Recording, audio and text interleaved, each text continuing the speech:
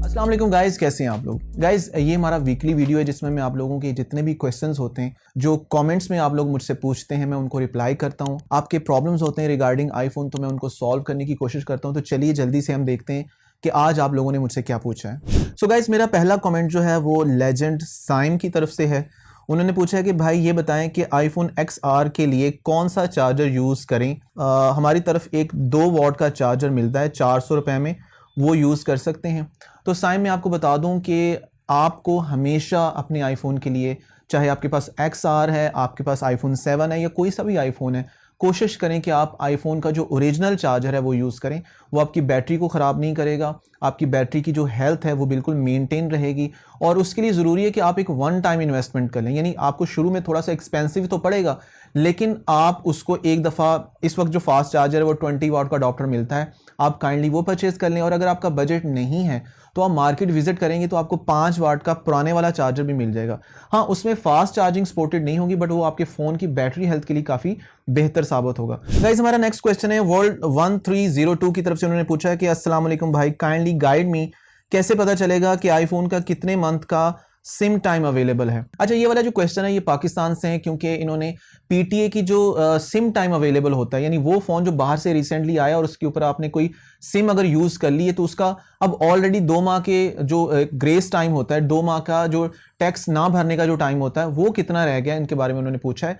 तो मैं आपको यहाँ पे बता दूं कि ऐसा कोई भी मेथड नहीं है जिसके ज़रिए आप ये जान सकते हैं कि कितना रिमेनिंग टाइम है। यानी जिस दिन आपने सिम डाल ली है तो आपको तभी पता लगेगा जब आपका फ़ोन ब्लॉक हो जाएगा। तो आपको सिम यूज़ करते हुए ही ये अंदाज़ा लगाना चाहिए। और अगर आप कहीं बाहर से फ़ोन ले रहे हैं तो आप उस बंदे से ये कंफर्म कर सकते हैं कि कितना सिम टाइम अवेलेबल है। गाइस, हमारा नेक्स्ट क्वेश्चन जो है ये अलीशबा अनवर की तरफ से। उन्होंने पूछा है कि अस्सलाम वालेकुम। वालेकुम अस्सलाम। What if phone non PTA हो तो भी क्लेम हो जाएगा?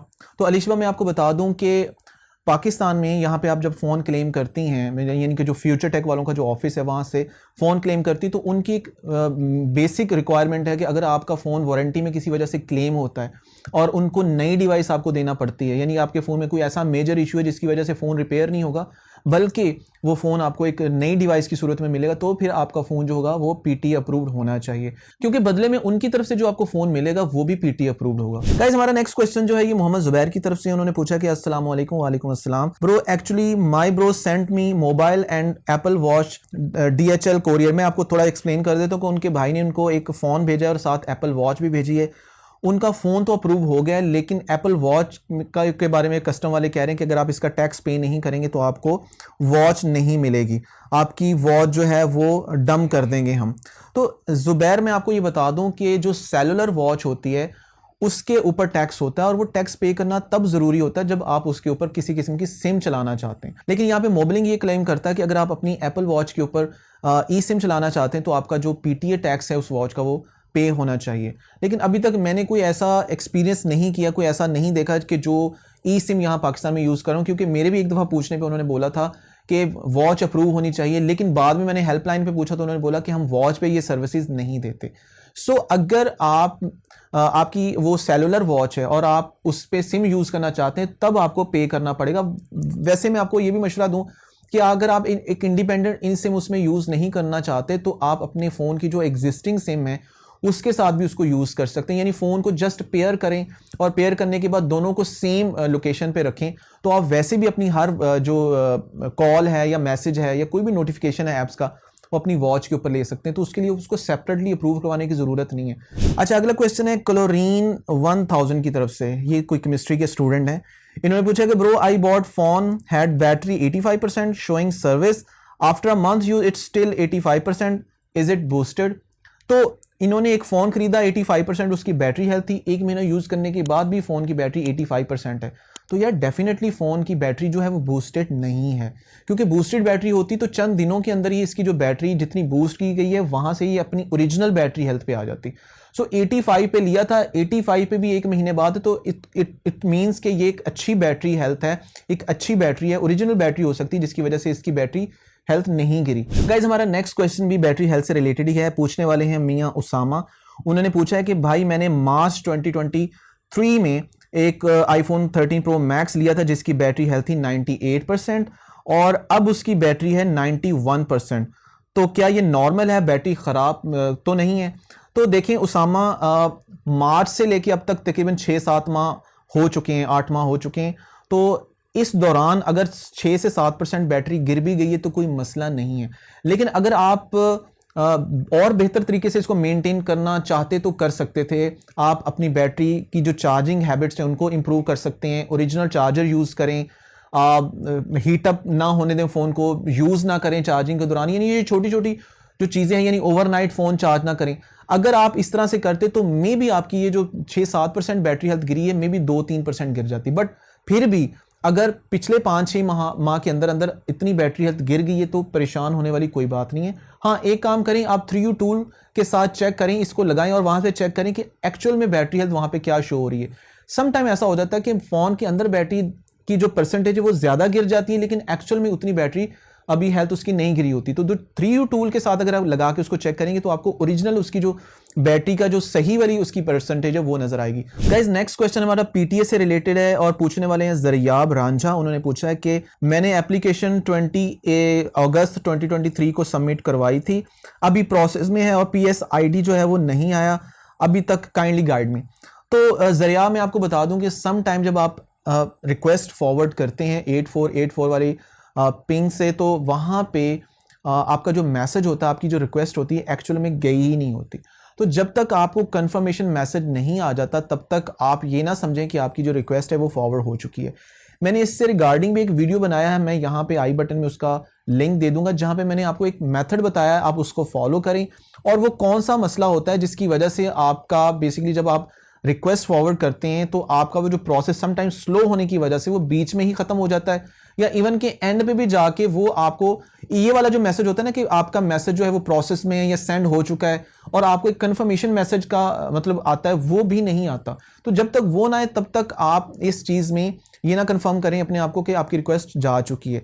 लेकिन अगर उसके मैसेज जाने के बाद, कंफर्मेशन होने के बाद भी आपको PSID वाला मैसेज नहीं आया, तो उसकी रीज़न ये हो सकती है कि सम टाइम जब हम पासपोर्ट के ऊपर अप्लाई करते हैं तो पासपोर्ट को वेरीफाई करने के लिए 2 या 3 दिन, सम टाइम इतना टाइम लग जाता है PTA की तरफ से कि आपको उस पर डिस्काउंट मिलेगा या नहीं मिलेगा। तो इस प्रोसेस में भी हो सकता है कि आपको वो मैसेज ना मौसूल हो चुका हो। गाइस, हमारा नेक्स्ट क्वेश्चन जो है ये वीरेंद्र चौधरी की तरफ से, उन्होंने पूछा है कि iOS 17 बीटा पे वो हैं और यहाँ से वो फाइनल वर्जन पे कैसे जाएंगे। ये क्वेश्चन मैं ऑलरेडी भी 2-3 दफ़ा एड्रेस कर चुका हूँ, बट वीरेंद्र, मैं आपको बता दूं कि आप अभी बीटा पे ही रहें। जैसे ही 12 सितंबर को iPhone 15 की जो लॉन्च है वो हो जाएगी और उसके तकरीबन एक हफ्ते बाद iOS 17 का फाइनल वर्जन आएगा, तो आपकी जो बीटा लिस्ट होगी वहीं पे आपने उसको टर्न ऑफ करना है। और टर्न ऑफ करने के बाद जब आप नॉर्मल उसको सर्च करेंगे अपने सॉफ्टवेयर वर्जन को, जहां से नॉर्मल बीटा के अलावा, बीटा ऑफ करने के अलावा जो सॉफ्टवेयर अपडेट आती है, वहीं पे आपको iOS 17 की पूरी फुल फ्लेज फाइनल फाइल आएगी जो तकरीबन 5 से 6 GB की होगी। वहीं से आप उसको डाउनलोड करके इंस्टॉल करेंगे, यानी आप बीटा से शिफ्ट करके एक फाइनल वर्जन पे आ जाएंगे और उसके बाद जितनी भी फाइनल वर्जन की अपडेट्स होंगी वही आएंगे। गाइस, हमारा नेक्स्ट कमेंट जो है काफी इंपॉर्टेंट है। इसमें पूछने वाले हैं लकी चौधरी। उन्होंने पूछा है कि उनके पास एक 13 Pro Max है जो कि आउट ऑफ वारंटी है, वो लिक्विड डैमेज की वजह से ख़राब हो चुका है और सर्विस सेंटर वालों ने उन्हें बोला है कि आप इसको अगर ठीक करवाते हैं तो आपको एक हैंडसम अमाउंट पे करनी पड़ेगी, लेकिन बदले में आपको एक ब्रांड न्यू आईफोन मिल जाएगा जिसकी वारंटी 3 माह होगी। तो यहाँ पे मैं आपको ये चीज़ बता दूं कि जब आपका फ़ोन आउट ऑफ वारंटी होता है और आप फ़र्ज़ करें उसकी बैटरी चेंज करवाना चाहते हैं या आप कोई और मेजर इशू की वजह से उसको रिप्लेस करवाना चाहते हैं, तो मोस्टली आपको जो ऑफिशियल सर्विस सेंटर है वहाँ पे आपको एक जो उनकी एक सर्विस अमाउंट होती है या उनकी जो बैटरी चेंज करने की या डिफरेंट पार्ट चेंज करने की जो एक अमाउंट होती है वो पे करना होती है और उसके बदले आपको एक नई डिवाइस मिल जाती है। ये आपको सुन के बड़ा अजीब लगेगा, क्योंकि अगर फ़र्ज़ करें आपके पास एक iPhone 10 है, iPhone 7 है, 8 Plus है, तो अगर ऐसे फ़ोन है और आप समझते हैं कि आप उसकी बैटरी जो वो बिलो 80 चले गई है, उसमें कोई इशू आ गया है, तो आप सर्विस सेंटर पे जाके उस डिवाइस को सबमिट करवाएं और बदले में आपको, और जो भी अमाउंट वो आपसे रिक्वायर कर रहे हैं वो अमाउंट पे करने के बाद आपको एक नई डिवाइस मिलेगी। अब उसकी वारंटी होगी नहीं होगी वो एक सेपरेट इशू है, वो आपको ऑन स्पॉट पता चलेगा, बट आपको एक नई डिवाइस मिल जाती है।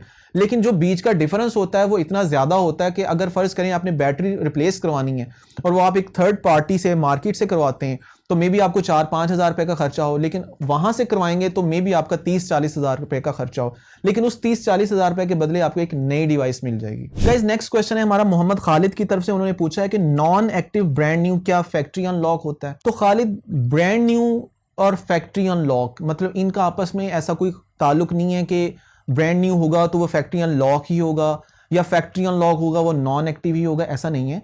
नॉन एक्टिव आईफोन वो आईफोन होता है जिसमें इंटरनेशनली ना कभी कोई सिम यूज की गई है और ना उसको वाईफाई के साथ कनेक्ट करने के बाद आपने उसको एक्टिवेट किया है और उसको यानी हेलो स्क्रीन से आप उसको होम स्क्रीन तक उसको लेके गए हो, तो इसका मतलब होता है नॉन एक्टिव आईफोन। और ये भी नहीं होता कि वो बाहर तो उसमें सिम चली है लेकिन पाकिस्तान में नहीं चली। इसके ऊपर भी मैंने एक फर्क बता दिया, एक वीडियो मैंने डिटेल बताई थी कि non active, international non active जो वारंटी वाला नॉन एक्टिव होता है उसका क्या मतलब होता है, और पाकिस्तान में जो पीटीए की जो काउंटर शुरू हो जाता है, सिम डाल के जो काउंटर शुरू होता है उसमें भी कुछ लोग उसको नॉन एक्टिव कहते हैं कि यार ये नॉन एक्टिव। तो पीटीए नॉन एक्टिव और इंटरनेशनल वारंटी वाला नॉन एक्टिव में क्या फर्क होता है, इसमें मैंने वीडियो बनाया, वो वीडियो जरूर देखें।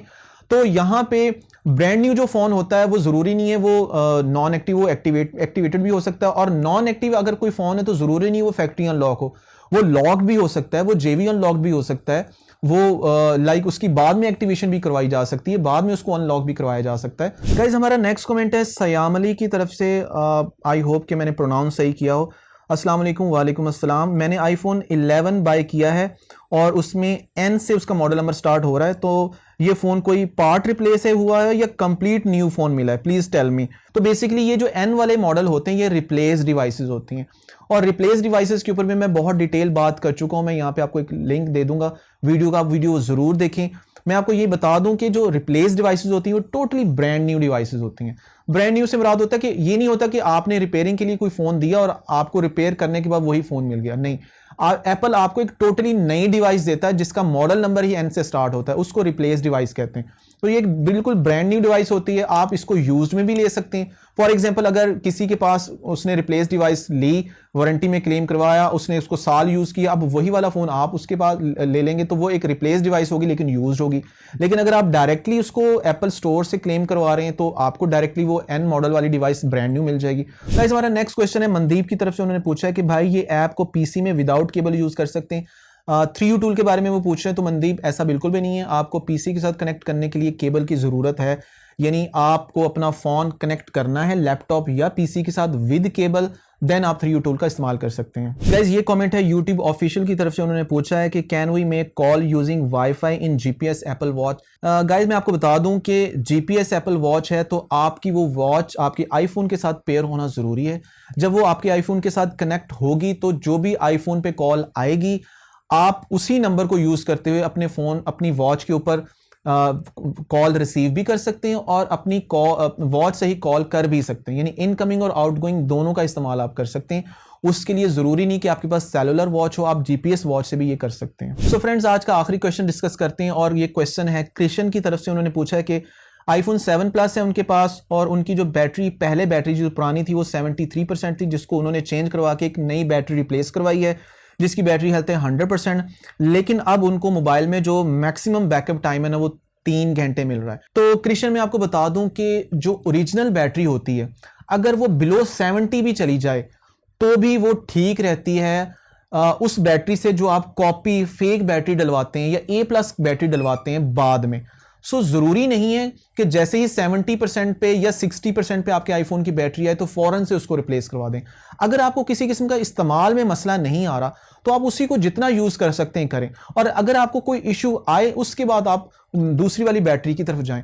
अब जरूरी ये होता है कि आप तब भी जब रिप्लेस करवाएं तो कोई ओरिजिनल बैटरी ढूंढें, लेकिन ओरिजिनल बैटरी मिल नहीं सकती क्योंकि बहुत पुराना फोन है तो इस वजह से आपको मुश्किल से ही मिलेगी। लेकिन अगर आप कॉपी बैटरी भी डलवाना चाहते हैं तो मेक श्योर कि शॉपकीपर से कहें कि यार कोई अच्छी क्वालिटी की जो A+ कॉपी की अच्छी कंपनी की जो ब्रांड की बैटरी है वो उसको रिप्लेस कर दे ताकि आपको एटलीस्ट बैटरी बैकअप टाइम तो अच्छा मिले। सो गाइज ये था आज का वीडियो। आई डू होप कि आपने एंजॉय किया होगा। अगर आप भी चाहते हैं कि आपके कमेंट्स के ऊपर मैं रिप्लाई करूं, आपकी कोई क्वेश्चन है, कोई क्यूरीज हैं, कोई प्रॉब्लम्स हैं, तो आप मुझे मेरी यूट्यूब वीडियोस में कमेंट कर सकते हैं। मैं आपको वीकली वीडियो में जरूर रिप्लाई करूंगा। वीडियो अच्छा लगा हो तो प्लीज इसको लाइक भी कर दें और इस चैनल को भी सब्सक्राइब कर दें और बेल आइकॉन को भी प्रेस कर दें ताकि इसी तरह के इन्फॉर्मेटिव वीडियोस आपको मिलते रहें। इंशाल्लाह आपसे मुलाकात होगी अपनी नेक्स्ट वीडियो में। तब तक के लिए अल्लाह हाफिज, पीस।